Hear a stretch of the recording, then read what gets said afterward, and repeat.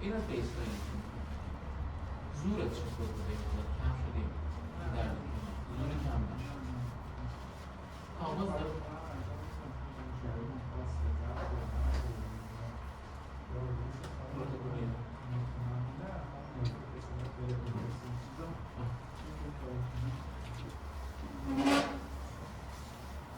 شغل نشستم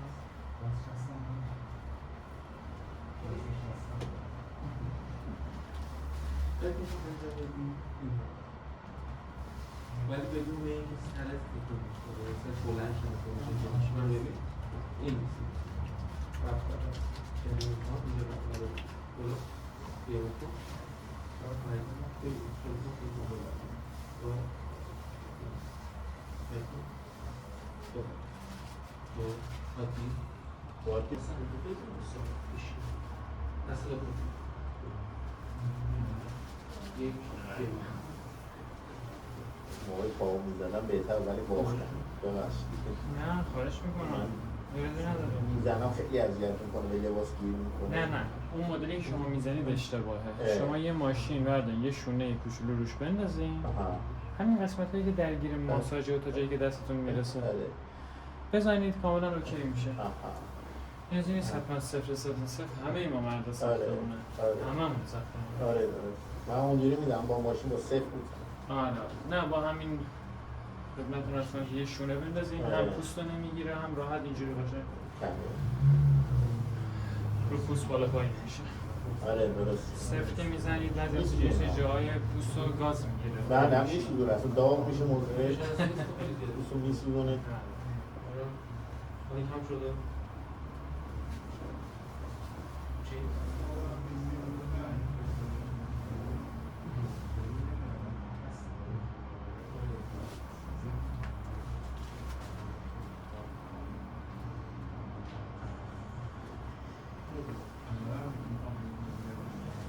شور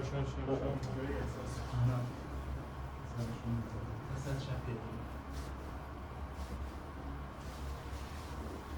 بعدش رو کنید آمانش شد آمانش شد چند دادش از جلو بیرونه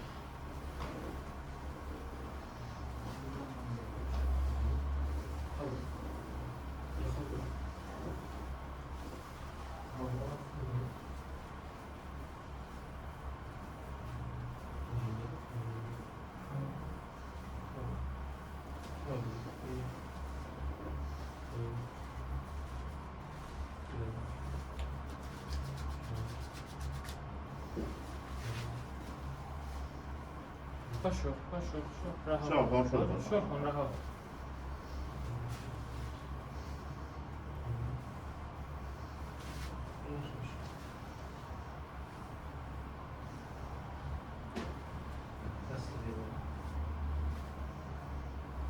از قبل این دفعه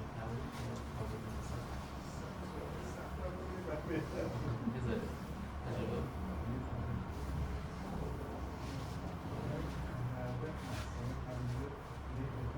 نسبت قبل این دفعه همین انجام دیوارا باشه خب می‌خوام بکنم همین حس می‌کنم بدتر شده یا بدتر شده که راحت می‌فهمی اگر همون پس پروسس چی میشه اینا نمی‌دار باید درد هست نکنم تجربه این الان درد آره اذیت می‌کنه ولی امروز چه رنگ صفر شده نمی‌تونم بله خوشگل از این کار انجام میدی ببینیم بدتر می‌کنه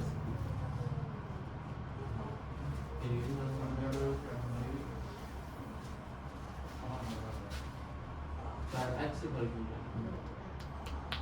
یک دو سه چهار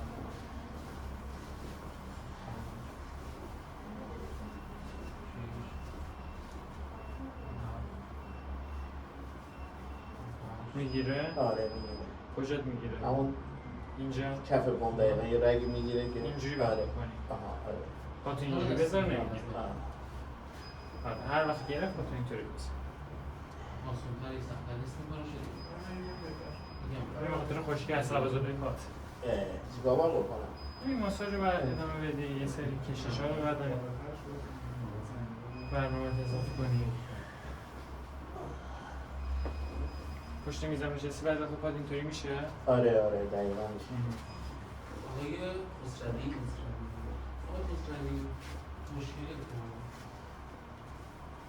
ریشه مشکل اصول کارات، ولی برای شما خود مقصد شما نکنم درگیری داره و اصطلاحاً میگیم فروزن شده، یعنی کپسول و شونه کمی خشک شدن و روی کپسول شدن و رسوی کپسول که دامنه محدود شد، گیر داره. این استخون ریز نمی‌کنه بیاد بالا.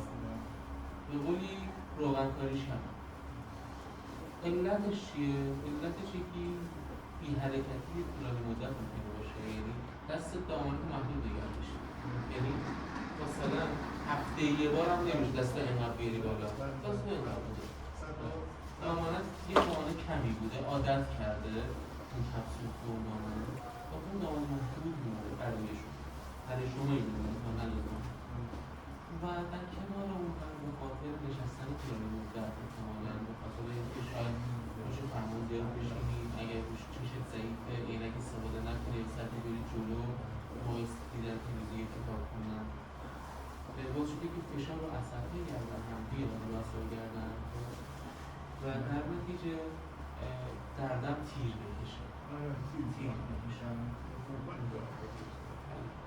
و این میشه اتفاقی گفتم.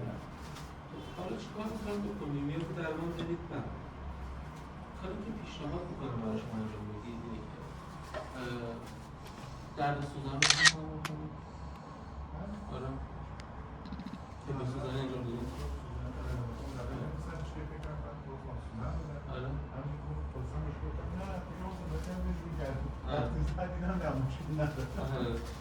فکر کنم من یکم دردناک‌تر رو کامپیوتر می‌ذارم ولی آره ببینیم چی میشه.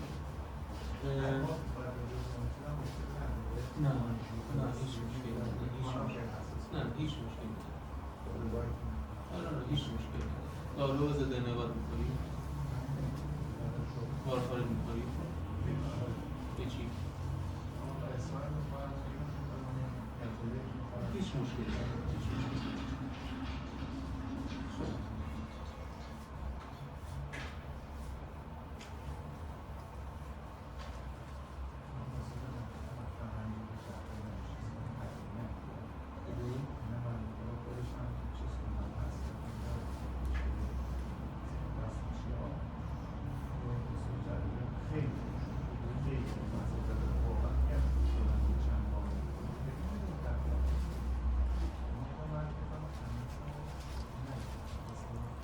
توضیح میدم برای که علتش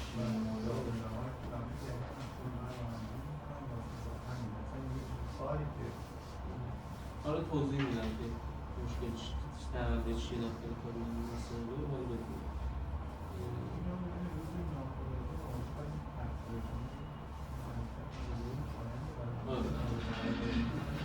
از راجبه یکی چه حرکت زرش نکردیم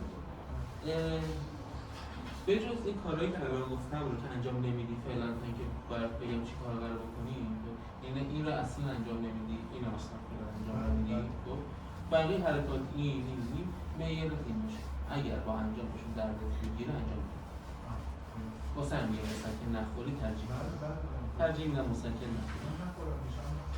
ترجیح نخوری مگر این طاقت فرسا باشه.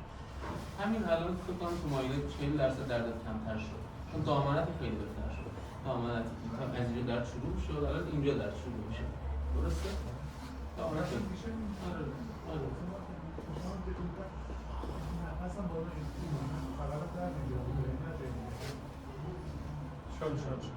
بهتر میشه. اذیت میشی؟ به خاطر حساسیت حساس شدن. اوایلش لازم بیاد بعدش میشه و بعدش میشه اینجا و ماکسیموم فکر کنم 10 لحظه برای شما کافی میشه. بعضی موقع کمتر میشه از 10 لحظه، بعضی موقع بیشتر میشه از 10 لحظه. ولی حالا وجود خواهد بود و اینکه فشار عصبی هم خیلی تاثیرگذاری میشه شما. کلا فشار عصبی استرس این از جلوی شما خیلی ببینید این از جلوی شما